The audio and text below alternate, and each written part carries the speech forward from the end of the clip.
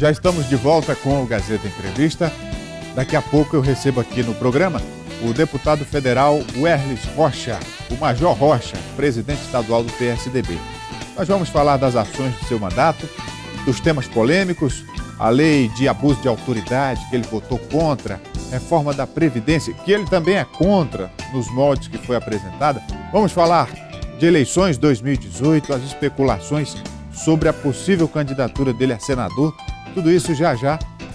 Antes, deixa eu dar um recado aqui. Olha, gente, o ano está acabando, né? 2017 está vindo, é hora de fazer planos para o ano novo, mas que tal dessa vez fazer planos que você vai conseguir realizar? Como comprar uma Honda nova.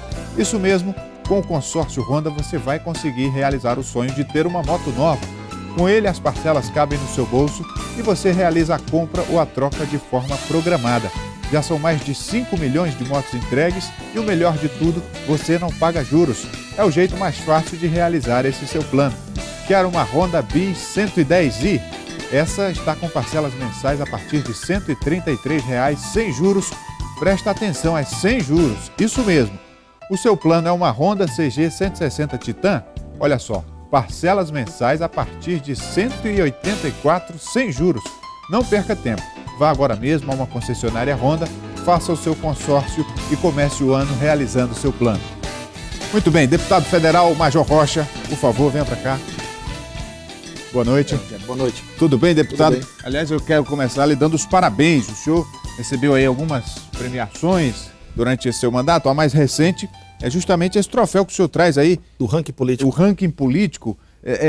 O senhor foi escolhido o melhor deputado federal do Acre. Melhor parlamentar do estado do Acre. Pois no é. Senado e Câmara. E uma outra escolha foi do Atlas, esse aí Esse já é um da prêmio já muito conceituado, né?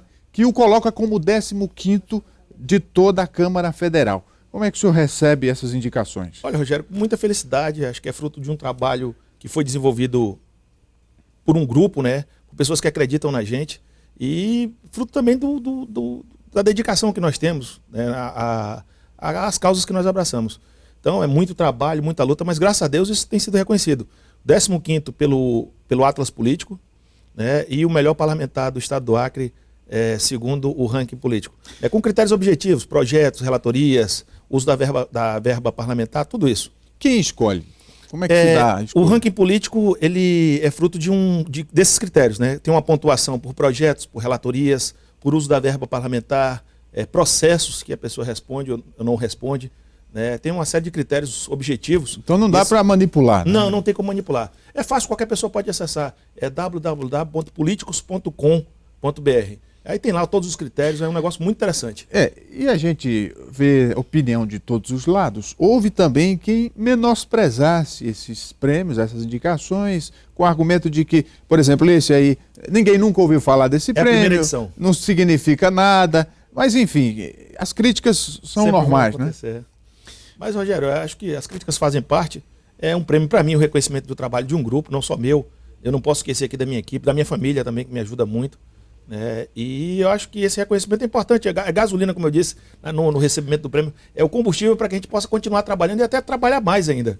Deputado, agora um assunto polêmico que ainda está sendo discutido, essa questão das medidas contra a corrupção, que foram votadas lá na Câmara, entre elas a medida que prevê o crime de abuso de autoridade, punição para juízes e procuradores e promotores.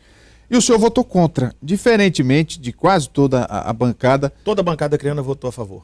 Pois é, e o senhor votou contra. E aí houve quem dissesse que o senhor só votou contra porque o PSDB liberou seus deputados para votarem a critério de cada um e os outros partidos votaram de acordo com a posição do líder. Foi isso mesmo? Não, de forma alguma. O PSDB liberou sua bancada por um motivo simples. Nós estávamos tratando de uma matéria que diz respeito, que vem com assinatura, com aval de mais de 2 milhões de brasileiros, que são as 10 medidas de combate à corrupção. Lógico que essa matéria foi debatida amplamente na casa, foi discutida, né, e chegou-se ao consenso de se votar essas 10 medidas. Essa matéria que foi votada, a criminalização de juízes e promotores por abuso de autoridade, foi, no meu ponto de vista, do ponto de vista da maioria dos parlamentares do PSDB, uma espécie de vingança daqueles que hoje estão sendo investigados pela Operação Lava Jato. Eu não sou contra responsabilizar juízes e promotores. Acho que todos nós políticos, membros do Judiciário e do Ministério Público, eles têm que estar subordinados à lei.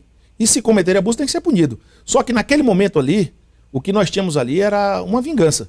Por quê? Porque nós não estávamos tratando de uma legislação que diz respeito a abuso de autoridade, e sim de 10 medidas de combate à corrupção. Quando você insere um corpo estranho, que era esse projeto que criminaliza juízes e promotores, lógico que nós estávamos diante ali de uma vingança, né? E uma vingança partindo daqueles que hoje são alvo da investigação. E eu não podia compactuar com isso. Isso tem por trás, naturalmente, a Operação Lava Jato, e fala-se que a delação da Odebrecht vai comprometer todos os partidos políticos. O que é que o senhor tem escutado a respeito disso lá em Brasília? Olha, são muitos boatos. O fato é que, no meu ponto de vista, quem tiver envolvimento tem que pagar.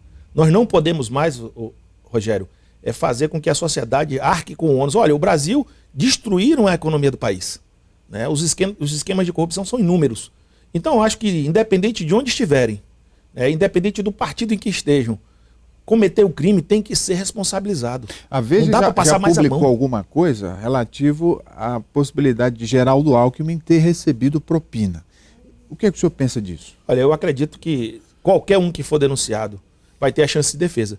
Em sendo condenado, não tem que ter o passar de mão na cabeça, não tem que ter a tentativa de defender, né, quem cometeu ilícito. Então, eu a princípio não acredito nisso, né? Mas se vier à tona a denúncia, né, ele vai ter todo o direito de defesa, e se for condenado, acho que tem que ser punido como qualquer outro, né? Nós não podemos ter um bandido aí como o PT costuma fazer. O Lula, para eles, até hoje não tem prova nenhuma contra o Lula, não tem prova contra o Zé Disseu, não tem prova contra o Vacari, né? Não tem prova contra nenhum desses que hoje, muitos deles estão condenados, né? Então, acho que se tiver alguém envolvido em esquemas de corrupção, em qualquer partido, seja no meu ou em qualquer outro, tem que ser punido, e não tem que ter a conivência, não tem que ter a proteção de quem quer que seja. Deputado, sobre a reforma da Previdência, o senhor é um dos líderes do governo na casa, mas discorda do que está posto. Da maneira como está, o senhor já disse que é contra. Eu acho que o governo deve ter enviado aquele projeto para negociar, porque não é possível, né? Rogério, nós esperamos que o presidente Temer e a sua equipe tenham bom senso. Todos nós sabemos os riscos que a Previdência corre hoje. É o caso da Grécia, que a Grécia, por conta de erros, teve que cortar 50% das suas aposentadorias. Então, te dar um exemplo. Na Grécia, que recebia 100 dracos, que é a moeda deles, passou a receber 50. Por quê? Porque tiveram que cortar. Eu acho que no Brasil nós temos tempo para refletir, para trabalhar, para construir uma reforma que não vá ser tão danosa quanto essa que o governo apresentou. Mas antes de cobrar do pequeno, como pelo menos a proposta que o governo apresenta, ela tira só dos pequenos, né? Nós temos que cobrar as dívidas dos grandes devedores do INSS, as dívidas dos grandes devedores da Previdência. Nós temos que ver os grandes salários. Não dá para se admitir nós, brasileiros, pagando aí 50, 100, 200 mil reais de salários. Isso é um absurdo. É um absurdo. Não estou falando de salário temporário, estou falando de salário mesmo, pessoas que se aposentaram com isso, né? E outra coisa, lucro dos bancos. O Brasil precisa discutir a taxação do lucro dos bancos. O banco paga 10% de imposto de renda, você paga 27,5%. Né? Isso tem que ser discutido. Tem que ser discutido também a taxação das grandes fortunas e uma série de outros instrumentos que tem que ser debatidos, discutidos, antes de transferir a conta para o pobre do trabalhador. Mas porque o governo Michel Temer tem maioria na Câmara, o senhor acha que isso vai impedir essa discussão de alguma forma? Não, eu acredito que a base vai chamar o governo ao bom senso. E, como eu disse, eu já deixei isso bem claro. A diferença do remédio para o veneno é a quantidade, é a dose. A medida que o governo apresentou, a PEC que o governo apresenta para a reforma da Previdência, ela mata o trabalhador. Ela impede que qualquer pessoa se aposente. E eu não posso votar a favor. Mas, por exemplo, a bancada do PSDB pensa igual ao senhor? Eu acredito que todos os parlamentares que têm compromisso com o povo. Porque você não pode... Rogério, uma coisa é você vender uma reforma da Previdência que seja boa para a Previdência. Que vai ter custo para todo mundo, é lógico que vai ter custo, mas que ao mesmo tempo ela não impeça que a pessoa se aposente. Da forma como ela está posta, ninguém mais se aposenta.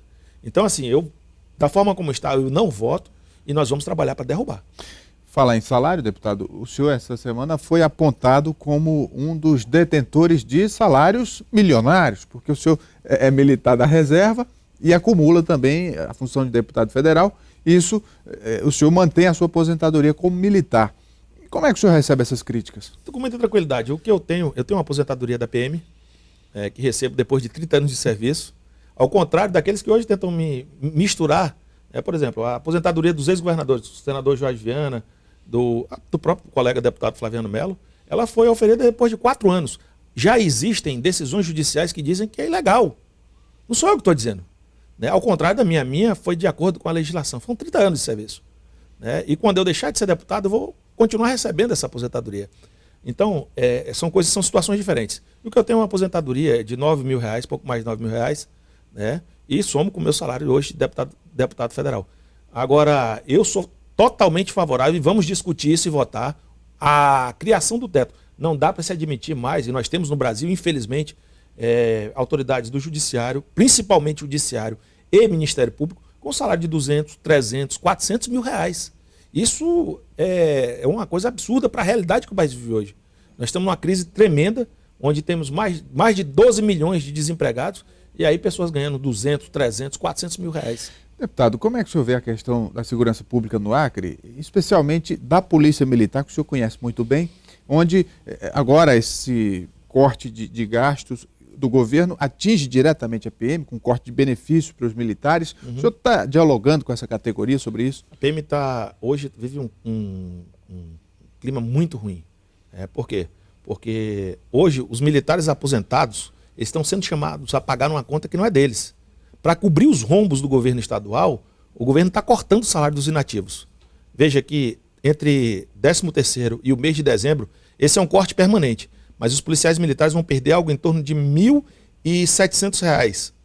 Então o policial que ganha, vamos dizer, ganha R$3.000, somando com o 13º, ele vai ganhar R$6.000. Mas ele vai perder já desses 2 salários R$1.700, ou seja, 1/3. É um absurdo, não se tem isso em nenhum outro lugar. Tem estados até que estão parcelando os salários. Mas o Acre foi o único estado brasileiro que cortou o salário dos aposentados, e aí, como disse uma secretária do governador, que os militares da reserva, os aposentados, vão fazer greve. Olha, isso é descaso. E aí, do outro lado, você vê. Eu recebi 2 vídeos essa semana, diz que tem 4 vídeos rodando na internet, de esquartejamentos. O acreano vive hoje um clima que vive aquelas pessoas que moram nos países dominados pelo Estado Islâmico. Onde os criminosos não se contentam mais só em matar, não. Eles estão espetacularizando. Deputado, o senhor que foi militar há tanto tempo, qual seria a receita para tirar o Acre dessa situação? Olha, eu acho que primeiro o governo tem que apoiar sua polícia, que não apoia. Nós não temos colete, nós não temos viaturas. O governo está fazendo uma festa porque recebeu 5 viaturas, delas só 4 que vão para a Polícia Militar, para serem empregadas no policiamento ostensivo. Isso não resolve nada. O fato é que faz muito tempo que o governo do Estado não compra viatura com recurso próprio. Fica dependendo do governo federal. Então o governo do Estado tem que tratar a segurança como prioridade. Eu sei que o governo não gosta que fale da verba da mídia. Mas é um absurdo se gastar mais com propaganda, com publicidade, do que se gastar com a segurança do acreano. E aí, por isso, nós estamos vendo. Então, a primeira coisa é o governo tratar com seriedade a segurança pública. O governador que tem mais de 100 policiais à sua disposição tem que colocar, ou dar condições aos policiais que estão defendendo a sociedade para que eles possam cumprir o seu papel. E uma outra coisa, Rogério, e aí eu não posso livrar o governo federal, porque não é só o governo Temer, mas os governos anteriores, tem que olhar para as nossas fronteiras. Não dá para se ter fronteiras abertas. Hoje, entra quem quiser no território brasileiro sem o menor tipo de controle. Nós tivemos aí a passagem de mais de 40 mil haitianos, senegaleses e pessoas de outras nacionalidades. Ninguém sabe quem entrou. Deputado, para a gente encerrar, o seu nome tem sido muito especulado como possível candidato a senador em 2018. E o ex-deputado federal Márcio Pittar, que é do seu partido, já coloca também publicamente que quer ser candidato. E aí dizem que não vai ter espaço para os dois, porque é lógica, né? Como é que o senhor vê esse assunto? Olha, Rogério, meu nome está posto, está colocado, mas eu não estou me matando para ser candidato a nada.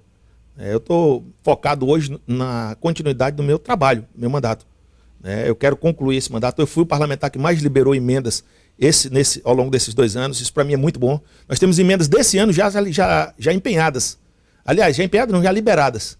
Então isso eu estou me dedicando, graças a ter uma equipe muito boa. A minha equipe é muito boa.